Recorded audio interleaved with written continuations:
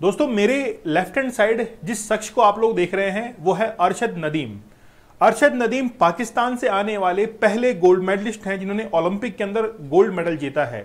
ज्वेलिन throw के अंदर 92.97 metre का वो थ्रो, जिसमें नीरज चोपड़ा को सिल्वर मेडल हासिल हुआ और अरशद नदीम को गोल्ड मेडल हासिल हुआ।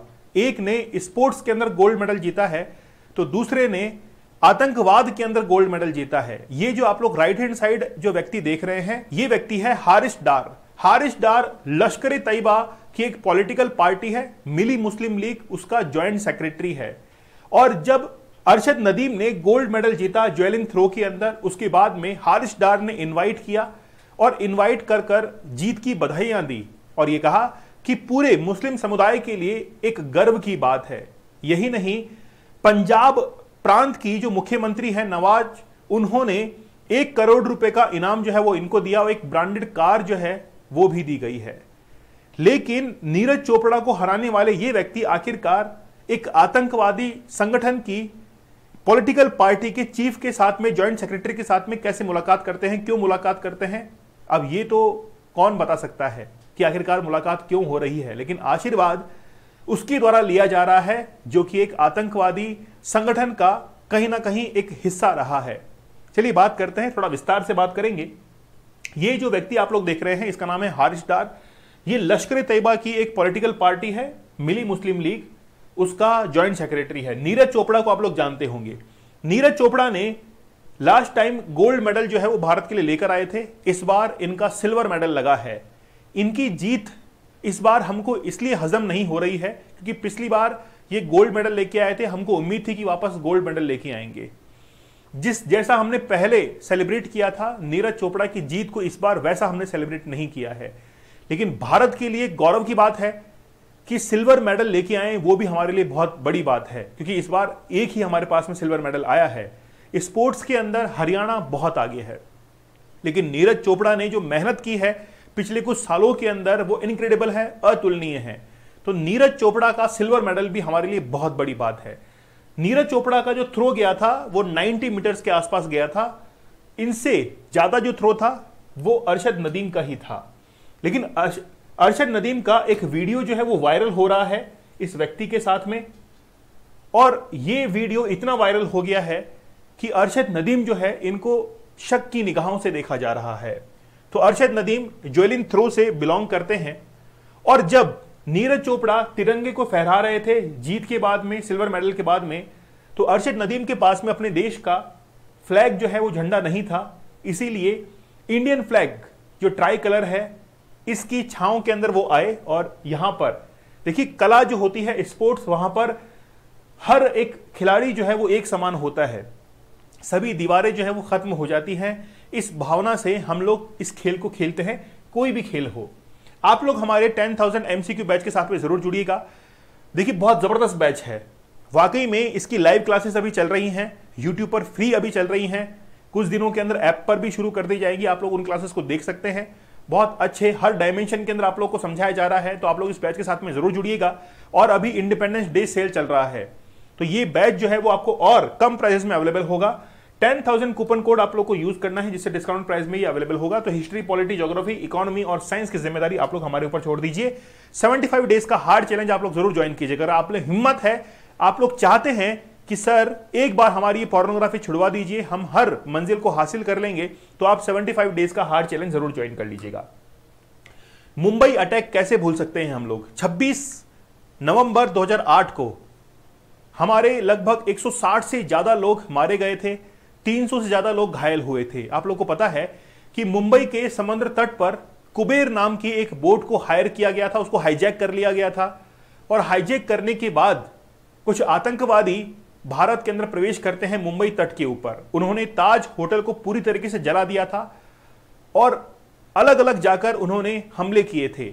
ये तो NSG कमांडो इतने हमारे जो है चुस्त थे, दुरुस्त थे, बहुत अच्छी तरीके से इस परिस्थिति को हमने हैंडल किया। लेकिन उसका जो मास्टरमाइंड था वो लश्कर तैयबा का हाफिज सईद था। तो लश्कर तैयबा ने इसकी जिम्मेदारी ली थी और लश्कर तैयबा जो है उसको यूनाइटेड नेशन ने बैन किया हुआ है।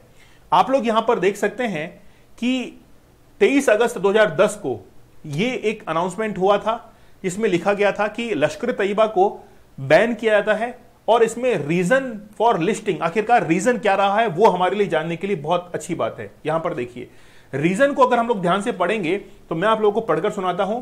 लश्कर Taiba was listed on 2 May of 2005, तो 2005 को इसको बैन किया गया था, जो कि पैराग्राफ में लिखा हुआ है 1 और 2 ऑफ रेजोल्यूशन 1526, मतलब यूएन का जो रेजोल्यूशन है उसके 1526 के अंदर पैराग्राफ 1 और 2 के अंदर लिखा हुआ है। ये इसलिए किया गया है एसोसिएट विद द अल-कायदा, और अल-कायदा आप लोग जानते हैं ओसामा बिन लादेन का एक ग्रुप है।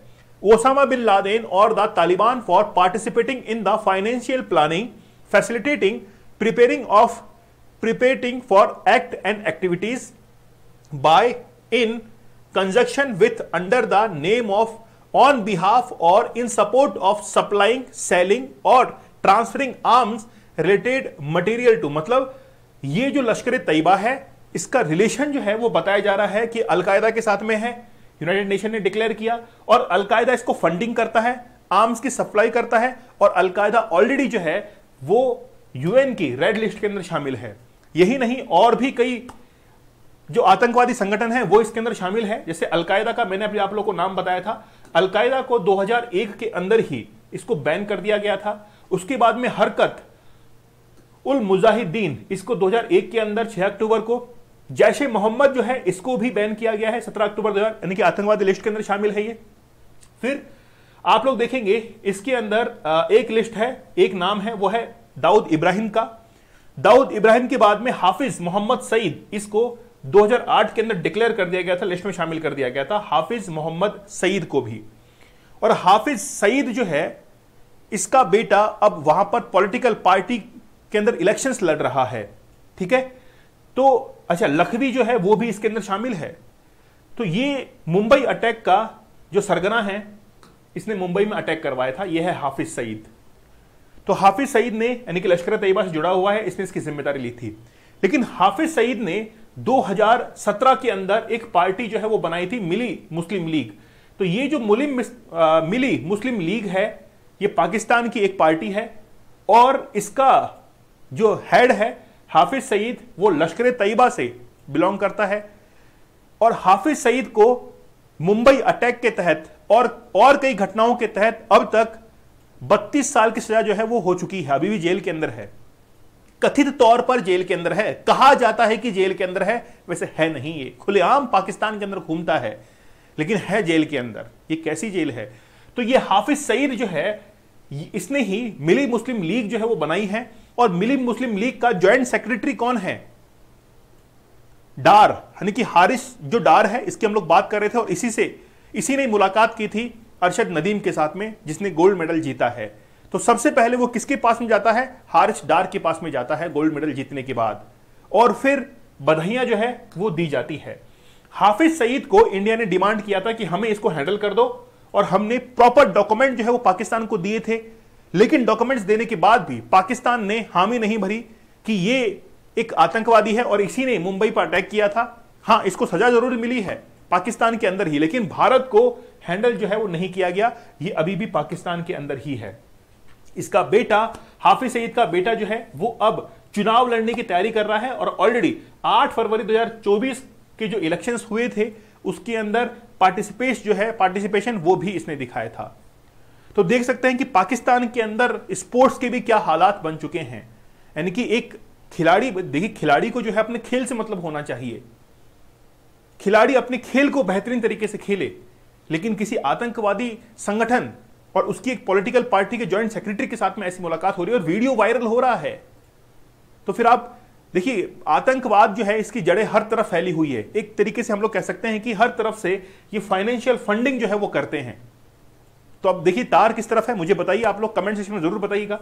आप लोग हमारे 10,000 MCQ बैच के साथ में जरूर जुड़िएगा, जबरदस्त बैच चल रहा है। मैं आप लोगों से वादा करता हूं कि इस तरीके से हर डायमेंशन के अंदर क्वेश्चंस का एक्सप्लेनेशन आप लोगों ने नहीं पढ़ा होगा, और वनडे एग्जाम चाहे यूपी PCS क्यों ना हो, किसी भी स्टेट का पीसीएस क्यों ना हो, हर इस पीसीएस के अंदर आप लोगों को ये काम में आने वाला बाइलिंगुअल हम लोग पढ़ेंगे, हिंदी और इंग्लिश में पढ़ेंगे। 10,000 कूपन कोड आप लोग को यूज करना है और 75 डेज का हार्ड चैलेंज आप लोग जरूर एक्सेप्ट करना। अगर आप में हिम्मत है तो जरूर इसको एक्सेप्ट करना। 75 डेज तक अगर बिना पोर्नोग्राफी के आप लोग रह गए तो फिर मान लेंगे कि आप में वो हिम्मत है। चलिए तो मिलते हैं आप लोगों से अगले सेशन में, तब तक के लिए धन्यवाद, थैंक यू, जय हिंद।